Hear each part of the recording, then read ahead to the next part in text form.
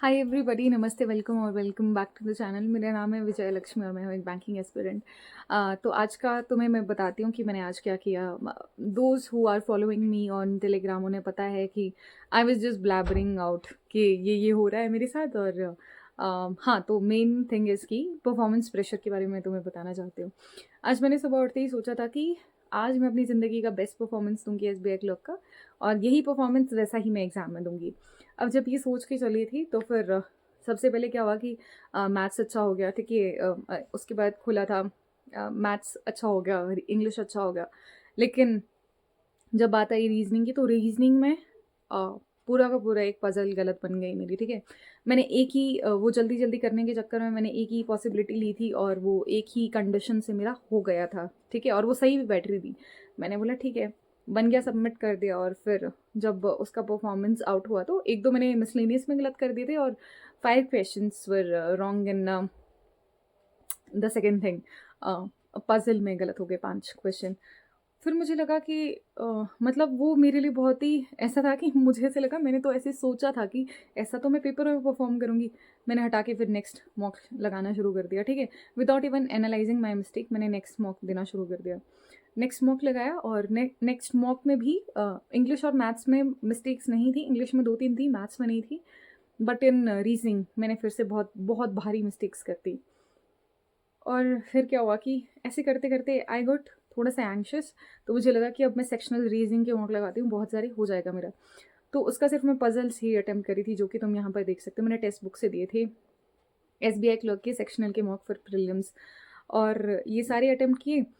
लेकिन इनमें वही फिर वो मेरी एंग्जाइटी लेवल बढ़ती गई कि अरे मैं गलत कर रही हूँ। फिर वो मैं एक के बाद, और वो रिपल इफेक्ट होता रहता है, ठीक है। आप गलतियाँ करने लग जाते हो। देन व्हाट आई डिड कि पहले मैंने आराम से मॉक लगाए। मतलब 2-3 मॉक्स में मैंने देख लिया था कि हो रही है गलतियाँ, फिर मैंने आराम से देना शुरू किया। और फिर वो ईज़ी लिया मैंने मॉक्स को और वैसे दिया। और उसके बाद वो जब खत्म हो गए थे, 5 मॉक्स थे, मैंने 5 के 5 खत्म कर दिए। उसके बाद मैंने लगाए आईबीपीएस क्लर्क के सेक्शनल के mock from the same platform. फिर वो दिए, वो भी सही हो गए।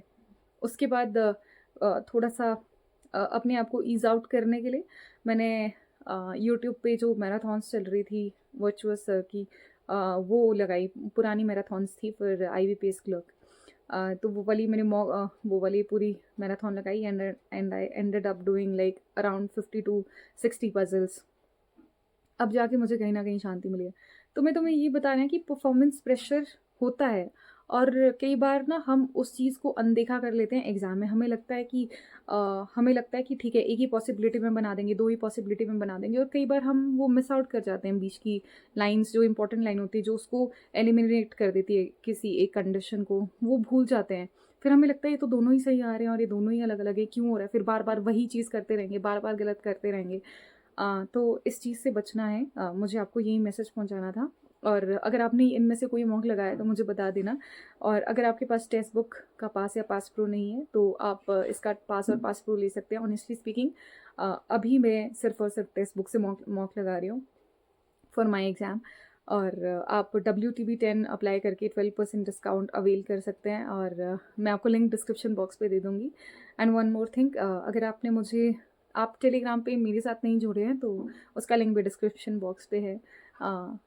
You all can follow me there and I see in the next video. तब तक के लिए अपना ख्याल रखिएगा। अगर आपने मॉक लगाए हैं, अगर आपके साथ भी ये दिक्कत हो रही है कि एग्ज़ाम आते आते वो प्रेशर फालतू का आप ले रहे हो, और इस वजह से कुछ मिस्टेक्स हो रही हैं, तो फिर चिंता मत कीजिए, सबके साथ होता है।